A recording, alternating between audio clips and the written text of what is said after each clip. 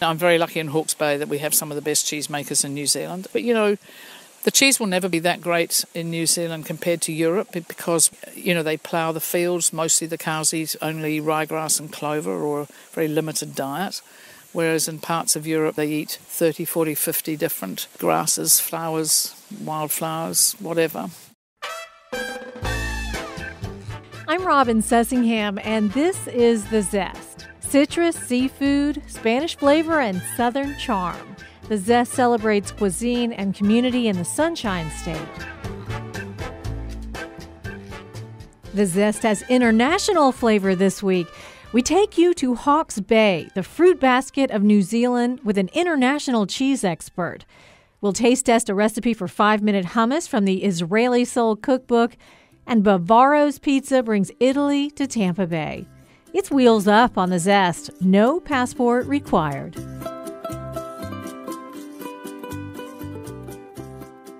When Dan Bavaro packed up his wife and kids to move from New Jersey to Florida, he didn't have his sights set on opening a New York-style pizzeria. Instead, Bavaro's Pizza Napolitana and Pastaria serves up Neopolitan-style pies, bringing a taste of Italy to its 4 Tampa Bay locations.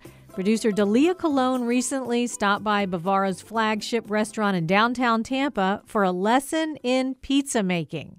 I'm Dan Bavaro, and I'm the founder of Bavaros, and I spent 5 years at this pizza oven opening the business, and the last 5 growing it with the solid team that we have. And when you say pizza oven, it really is. I mean, we're standing just a couple feet from this oven. I feel like I've got like a space heater blowing hot air on me. What's the deal with the pizza oven? So a pizza oven is handmade in Italy by Stefano Ferrara. His family's been building ovens for about 100 years, and this entire oven is built by hand. So Neapolitan pizza dates back to the 1800s, and that's famous for the margherita pizza. And when Queen Margherita visited Naples, the pizzeria that they visited, the Ferrara family actually built that oven.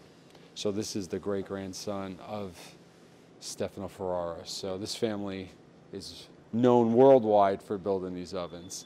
Why it's so hot is because we cook temperatures of about 850, 900 degrees. Okay, so I can't do this at home.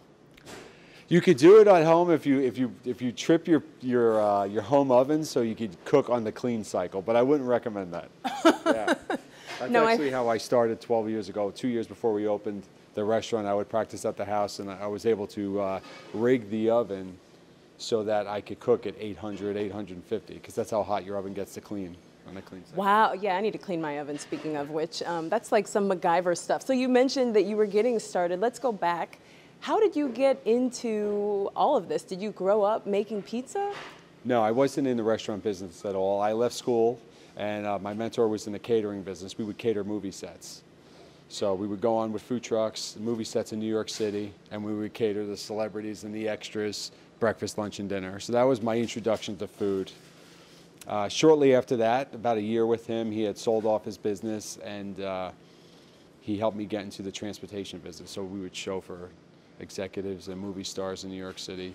I did that for like 9 years, sold that business, wanted to get back into food, wanted to do pizza, didn't want to do like slices and New York style. I wanted something that had a little bit more passion and history. So I stumbled upon Neapolitan pizza after doing some research. There were only 2 in the United States at that time. One of them was in Manhattan. So I honed in on that, met the owner, spoke with the chef there, and just kind of learned a little bit from him, and then just did my own studies. Went to Italy, learned more, stayed with the Ferrara family, stayed with the Caputo family that we bring out. That's another 100-year-old company, the flour mill that we buy from. And just really spent like 2 years developing this concept. Wow, you said you did not want to do New York pizza. That's surprising. You're from New Jersey? Jersey, yeah. What was wrong with New York pizza? I thought that was what everybody wanted. Every corner, like in the United States, is a New York pizza. When we opened Bavaros in Tampa, we were one of the first 15 traditional Neapolitan pizzerias in the United States. You've got a family. You brought them all down. How'd that go? Wife and 4 kids. We had the 5th one here. So you got 5 kids. Yeah. How do they like being part of this pizza empire you're building? They eat good. Let's taste what this is all about. Can you walk me through, what are we going to make today? Sure. So let's start with the dough. So you got some history on the oven. It's a 100-year-old oven. cooks at 850, say 900 degrees. Pizza's baked in 90 seconds. 90 seconds? 90 seconds. So that dough that could survive in that type of heat has to be a special type of dough. Okay, so it's got to be a high moisture content. Okay, and it's got to be, we proof our dough over two days, so therefore it's very flavorful. One of the other things that we do that differentiate us from probably 95% of the other pizzerias in the country is we use a 100-year-old yeast culture. How's that possible? From Naples, Italy. So a yeast culture is like a sourdough starter, if you're familiar with baking. So you say start your day with X amount in the tub, and you feed it flour and water, and there's live organisms on the inside. So after you feed it, it kind of expands, and when it expands at the highest point, you use that to make your dough. So this strain of yeast dates back 100 years to a bakery in Italy. Wow, this is like one of the descendants. So you've got your hands all floured up here. Hands floured up. So take the dough out. As you can see, it's very soft. Okay, you flour that up, and there's a specific way to stretch Neapolitan pizza. Okay, it's got to be very delicate. So first you start out by forming your crust very gently. Okay, so stretch that out. And then this is it's called a slap, I guess, the Neapolitan. This is how you would stretch. So as I'm slapping this dough up against the table, it's spreading out, as you could see. And the traditional pizza is about 12 inches, which is roughly about there. And I just know because I've made thousands of them. And then we'll do the traditional margherita pizza, which is San Marzano tomato, which is the tomatoes are grown outside the Mount Vesuvius in Italy. It's the volcanic soil there is very rich, and the way the sun is and the mountaintops, and it just grows the best tomatoes in the world. And you make your own sauce, right? Correct. Yes. But these tomatoes, these are just crushed tomatoes and sea salt. Oh, just crushed tomatoes. Okay. Correct. But we do make a pasta sauce that's jarred and sold at local retailers throughout the state. Okay, so very thin coat of sauce. You're spreading the Margherita sauce is the most simple pizza, but is the staple of this business. I mean, I get it. Okay, you've got basil. Fresh basil, okay, and this is, I'm going to use a Bufala mozzarella, which is imported from Italy. Mozzarella di Bufala. So it's just simple. It's simple. As you can see, it's not coated with a ton of cheese. No. This cheese has a tangy flavor. It's very moist. So Neapolitan pizza in Italy isn't even cut with a pizza cutter. Okay, it's fork and knife. So here at Bavaros, we cut because I didn't want to fight that battle 10 years ago. You don't cut your pizza. I didn't want to do that. So we cut it, but we also provide the fork and knife. Okay, so fork and knife is that like a way of saying I'm not sharing this with you? You can still share with a fork and knife. No, it's just because it's delicate. It's a delicacy. It's meant to be enjoyed, and they're very soft and delicate, so if you do pick them up, sometimes they do flop over. It doesn't mean that it's not cooked. That's just how this pizza is designed. Very high heat, fast cook. Okay, extra virgin olive oil. Okay, you're just kind of... Put some Parmigiano Reggiano. So like a little drizzle of olive oil and then Parmesan on top? Correct, very little. Yum, that is very little Parmesan. Gonna make sure this oven is the temp. Okay, so you're just taking fire. You guys have firewood all over the place. Yeah, like it's stacked up in the back. Listen, this restaurant seats 42. It's 1,000 square feet, and we serve thousands of people here. It's just crazy. So what kind of wood is that? We got to manage our space. We use oak. Okay, so now you're gonna transfer it over to the, what do you call pizza that? Peel. This the is a pizza peel. Okay, yeah. like a giant spatula. Correct. And 90 seconds it's gonna bake. All right, here it goes. Wow. And this is all happening just out in the middle of the restaurant, so people can watch their pizza being made. Kitchen. Okay, you're stoking the fire. Have you ever been burned? Burned? If you touch this, that's probably like 700 degrees. So yes, I got some marks on my arm. Oh my gosh. I'm just gonna back up for a second. So our 90 seconds is just about up. It took longer to make it than it is to bake it. It's probably, the whole process is about 3 minutes. That yeast that's been like cultivating for like centuries, and then it all comes down to a minute or two. But what's so amazing about it is that this is just like a live, I don't want to say organism, but something that reacts. It is. It's like the immortal life of pizza dough, I guess. And that's it. Wow, that's it. It's bubbling. Look at that. Wow, that's beautiful. And so simple. Just sauce, a little bit of cheese, and some basil. That's it. That's it. That's the tradition. But as you can see, it resembles the Italian flag. Oh, yeah. So Queen Margherita comes to Naples in the 1800s. There's this famous pizzaiolo, which is male pizza chef, wants to create a pizza for the Queen. So he designs this pizza, red, white, and green, based on the Italian flag, red sauce, white cheese, green basil, and named it after her. And since then, that is the start of the Margherita pizza. All right, so now it's time to slice. Okay. So this dough is meant to have a slight crisp on the outside and soft and chewy on the inside. Oh my gosh, my mouth is... I didn't eat lunch because I knew I was coming here. Idea. So you're going to eat with me today. Okay, we got our plates. Oh my gosh, I'm so excited for this. Okay, I'm going to get a slice here. Hungry too. So as you can see, it's delicate. It is. It like wants to fall apart in my mouth. It does, yeah. So that's the point of the fork and knife. But since we're hanging out here with the microphone and We gotta do what we gotta just do. be careful, it's really hot. Okay, here we go. So if you try the crust. So good. The tomatoes are just so like bright. Yeah, that's the San Marzano. It's a very distinct flavor and look. But just take a bite of the crust Okay. alone, and you see how you have all this separation and the char on the outside. You have that taste. So good. That's the yeast. Okay, so that's like, that yeast is forcing that dough to rise, which is the fermentation process, over 48 hours.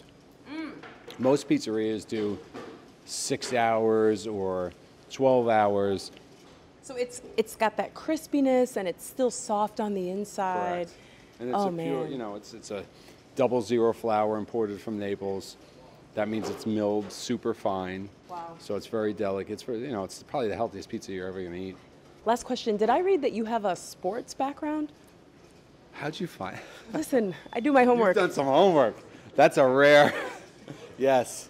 So growing up in Jersey, I was in high school. I actually left school when I was 16. It wasn't my path. But the year before I left, my vice principal came to me and he's like, Dan, he's like, look, he's like, can you stop messing around in my hallways? He's like, there's a police athletic league about 5 miles from here. Do you want to go and join? And that was the start of a 4.5-year boxing career. Yeah. Do you feel like there's any lesson that you take with you from the boxing ring into what you're doing now? 100%. It's determination and just not giving up. Dedication, all that is all super important. I mean, forget pizza, just being in business alone or just being employed somewhere as a human being. I mean, if you don't have that at that time, I didn't have that. And 4.5 years, 5 days a week, 3 hours a day, jumping rope, hitting bags, getting punched, punching back, you know, not going home a winner every day, you know, kind of builds and molds you into something a little different. So.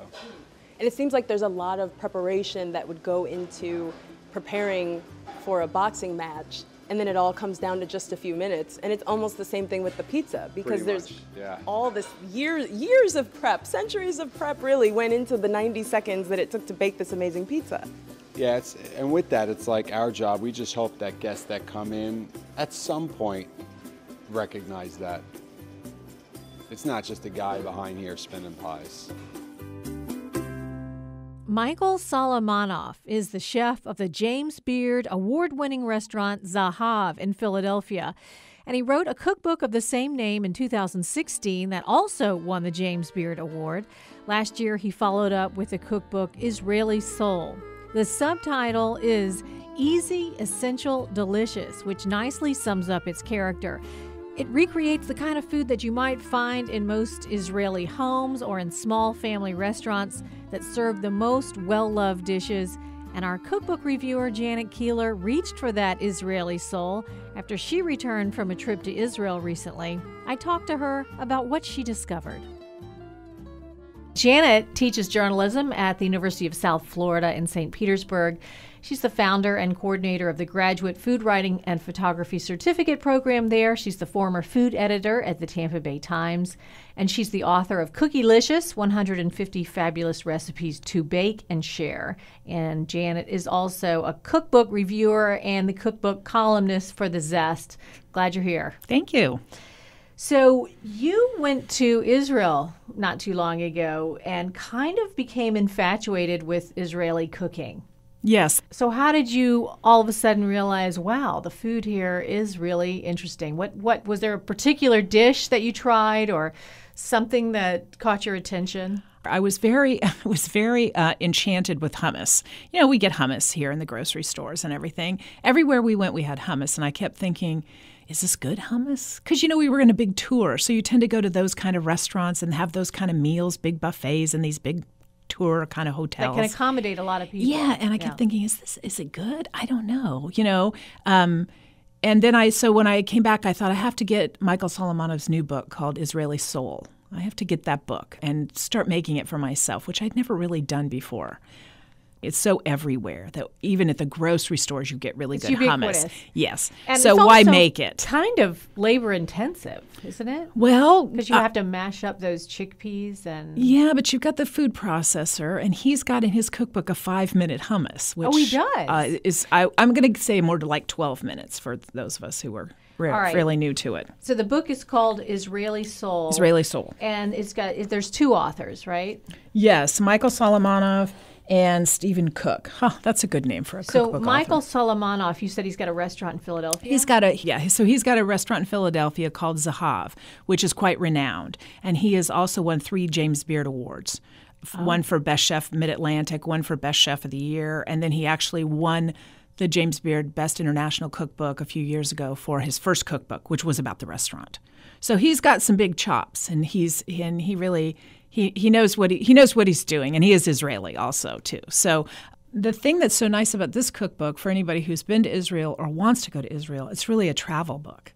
There's so many beautiful photographs of the cities and where you can go and what you should eat. And he interviews restaurateurs there and talks to them about the food that they make.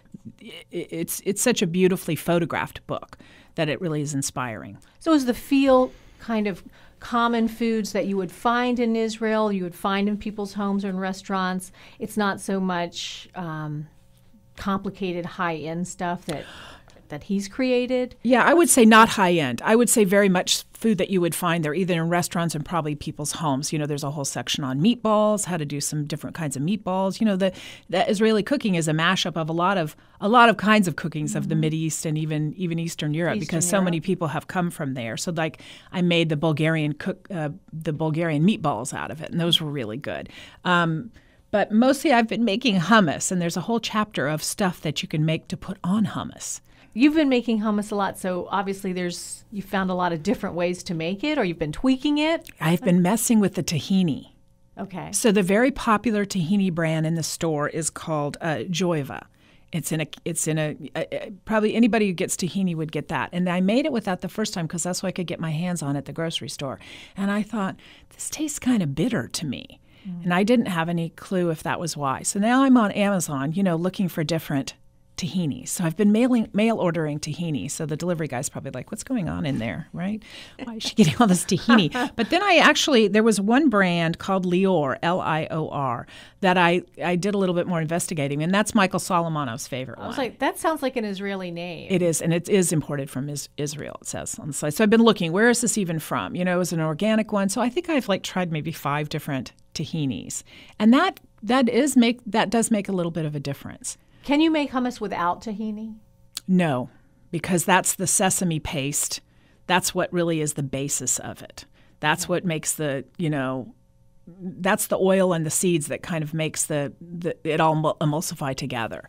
I think we think of it as a chickpea thing, and there are chickpeas in it, but that tahini is an important part. Okay. Yeah. So how many recipes for hummus does he have in Israeli He sauce? He has the 5-minute hummus with the quick tahina sauce, and that's about it. Is that what you brought?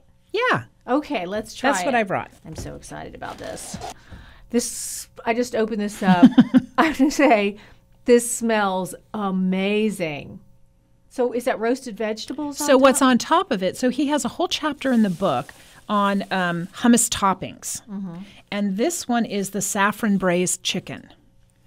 So it's chicken. Yeah, because it's shredded. That's why. But there's apricots in it and carrots and some onions, and then of course all kinds of spices. He has some spice mixes for you to make. That sounds kind of like a simmus, a riff on simmus, which is you often find sweet potatoes, carrots, apricots, sometimes meat, sometimes not. Sometimes not. Yeah. Yeah. There's so many toppings in here, and I've done one other one that I just messed around with on my own. I have a friend who does canning, and she made some really beautiful pickled beets. So I put some pickled beets on top of it with some pickled onions and sunflower seeds. Delicious. Oh, man. It's like a revelation. How can you cook this long and find something new? It's kind of exciting. Yeah, because a lot of people will just eat hummus plain. But I guess the toppings are a big deal. Yeah. There's lima beans with tomato and cinnamon topping, salt roasted kohlrabi with garlic chips, Japanese eggplant, roasted all on corn. top of hummus. Yeah. I'm not sure I can buy store-bought hummus again, nor my family. First, I'm going to try the hummus Yeah, plain, yeah. just Do that. to see how you did with the hummus. It's creamy, Janet. See? It's so much creamier than, I think what I get in the store is a little grittier. What is in this hummus? Okay, so you start with the tahini. So tahini is just sesame ground with olive oil, which you can do on your own if you want. Then there's lemon, a clove of garlic, like a juice of one lemon, a clove of garlic, a tablespoon of kosher salt, a teaspoon of cumin, and 2 cans of rinsed and drained chickpeas. And you put it all in the food processor? Yeah. Or did you do the chickpeas first? Oh, no, wait. The chickpeas are last. So after you do the tahini and the spices and the lemon and everything, you pour in some ice water, like maybe a half a cup to a cup and a half of ice water. And I love it in this book because he says it's right when it's the color of sand. Because now you've made a thinner, the tahini is very thick. It's kind of almost like peanut butter, natural peanut butter with the oil on the top. So it makes a thinner sauce. Then you dump in the chickpeas. So I thought, well, I'm going to do chickpeas from the dried chickpeas. Let them, soak overnight and cook them. And he says, don't do that. He says in the book, Michael says, don't worry about that. It's really not that different. I thought, okay. To get the canned chickpeas and that are already soft. I'm with him on that. Because you're putting them in the food processor. I might try just to be, extra at some point. Try and do it from dried. But he's like, you're not going to get that much mileage out of that. The hummus by itself is delicious. Good. Now try that chicken. Now I'm going to try it with, there's so much here. I don't know where to start. So I see apricots, shredded chicken, carrots. There's onions in there, but the rest is mostly spices. There's a spice, a Hawke spice blend that he has you make. And so now I have a little container of that. Oh, there you go. Okay, so 4 stars. This is fantastic. Okay. Good. I'm glad you like it. Now, it was awfully fun. Why put it on hummus, though? You could put this, you don't need to put it on anything, but you could put it on rice or, why does he think this goes with hummus? I agree. It would be great over rice. You could put it in a tortilla. Plus, it's so pretty for a party. It would be so neat for a party. I love fruit and meat together. Some people don't. This is on the sweet side rather than the savory side, I think. The apricots and carrots are sweet. They really come through. Maybe the hummus balances that out a little bit because the hummus is not tangy. sweet at all. Yeah. The hummus is tangy and a little salty. Yeah. And I think it balances. Oh, that's it. That's the balance right there. Yeah. I have a picky eater in my family, and she couldn't get enough of this. So I was like, making it again and again. And she was the one who even said she's a big rice eater, and she goes, this would be really good on rice. And I thought, I think you could do it on anything. It's not real soupy, so I don't know how great it would be on pasta so much, but I think rice would be good. Or even couscous with it. You did the chicken first, and then you blended it in with the sauce. Yeah. So the spice blend he has you make for this, he has a lot of recipes for spice blends, and this one is called a Hawke spice, and it's ground turmeric, ground black pepper, a couple tablespoons of cumin, and then you have your little mix with it. And for this one, you mix in some allspice. So it kind of, you put it on the chicken, on the raw chicken, both sides kind of coat it, and I pat it in a little bit and let it sit out of the fridge for about an hour, kind of come to room temperature and let the spices soak in a little bit. Can I eat some more of this? Eat as much as you want. It's all for you. It's all for you. And you could even share it with your coworkers, but really why? But he has all kinds of stuff in here, like shawarma spice blends and things like that. So I gotta branch out. I gotta get off the hummus thing a little bit, I think. I love this cookbook. I think it's so, to me, it's exciting to cook sometimes when you strike on something new. Janet, this has been a ton of fun. Thank you so much. Yeah, thank you for having me. You can find the recipe for 5-minute hummus from the Israeli Soul Cookbook on our website, thezestpodcast.com. Next, I had a chance to visit New Zealand a few months ago and traveled to Hawke's Bay on the east coast of the North Island. It's an area that's known for its wineries and farm products. I met up with food writer and cheese expert Juliet Harbutt to talk about the area's riches. We were on the grounds of a working farm and golf resort called the Farm at Cape Kidnappers, and she wanted to have our conversation while she foraged for wild greens along a riverbank. Juliet gives food tours through Hawke's Bay, and she's the editor of the World Cheese Book. So Hawke's Bay is something special, even in New Zealand, I think. Hawke's Bay is known as the fruit basket, if you like, or whatever of New Zealand, and truly it is extraordinary. I mean, it produces amazing apples, fruit, from apples to avocados. We have wines here. We have amazing olives. I mean, and berries. So there's nothing else we don't grow except pineapples. And what is it that makes this area so conducive to growing? There's something about the geography here. Yes, so Hawke's Bay is surrounded by kind of, if you like, a half circle of quite a high mountain range, which captures most of the rain coming from the west. And this is just a wonderful basin, which is an alluvial kind of plain with lovely sort of loose shingle and good soil on the top, and it just produces amazing fruit and veg and wine, and lots of microclimates for the wine because of the difference where you have little pockets where it's gravel and where it's shingle and where it's soil and limestone. So it's really varied, the terroir of the region. So one of the things I love doing in Hawke's Bay is discovering where wild food grows. And this is a little river that I would love to come and hunt around. And at the moment I can see we've got a little bit of wild fennel here, which is rather nice. If you smell that, it's wonderful fennel. So we could have that with some fish. That'd be nice. Oh my gosh, that's a beautiful licorice smell. It is. And then I'm hoping that down by the river we might find watercress. So this is this wonderful free-flowing river, and I know that there's very little above here that will cause any pollution. So who knows, there might be some watercress here.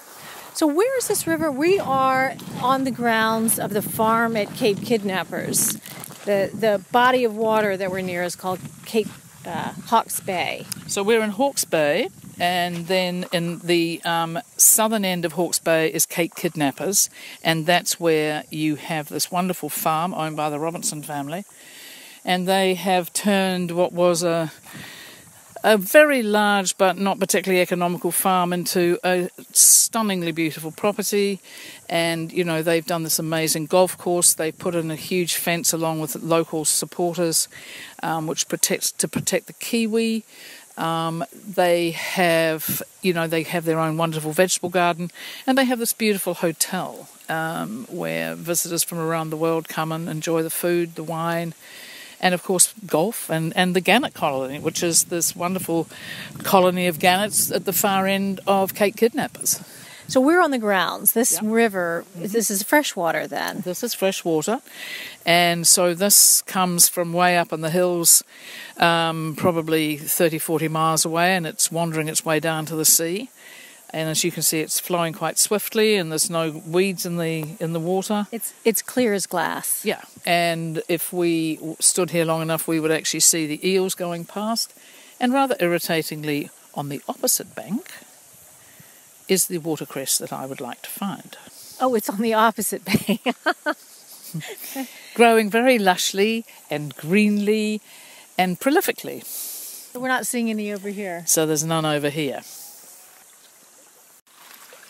Okay, what did you just find? So now I have found a little bit of watercress, which we're going to share.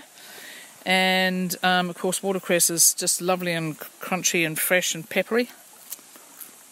And so tonight I've got some friends coming around and I'm going to do some chopped up watercress with new potatoes. Oh, it's nice. It's a little bit like arugula. Yeah, so kind of like rockety type peppery bite. Oh, that's nice.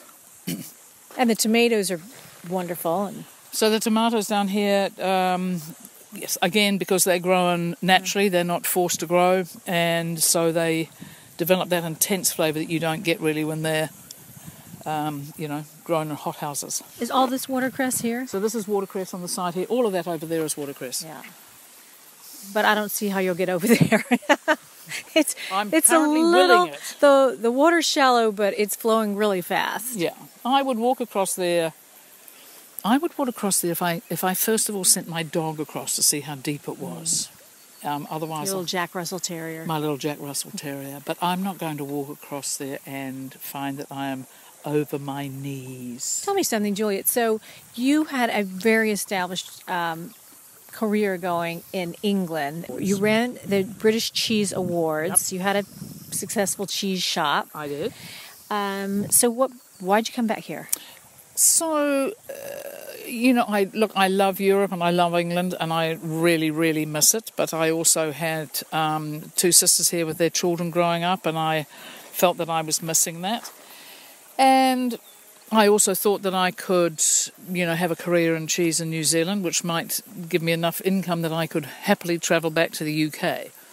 As it turns out, the cheese industry is not so keen to see me. It's a small industry, and so I decided to create the tours. And, Hawke's Bay when I thought about it, I thought, why don't hundreds of people do food tours in Hawke's Bay? It's such an amazing area. You're taking people to the wineries, To the figgery. to the figgery for the figs, Yep. all kinds of products made out of figs, all kinds of products made out of honey. Yep, and we also go to the olive place who do not just olive oil, but they do olives and they do dukkha and all sorts of lovely things. And there's at this time of year it's berry season.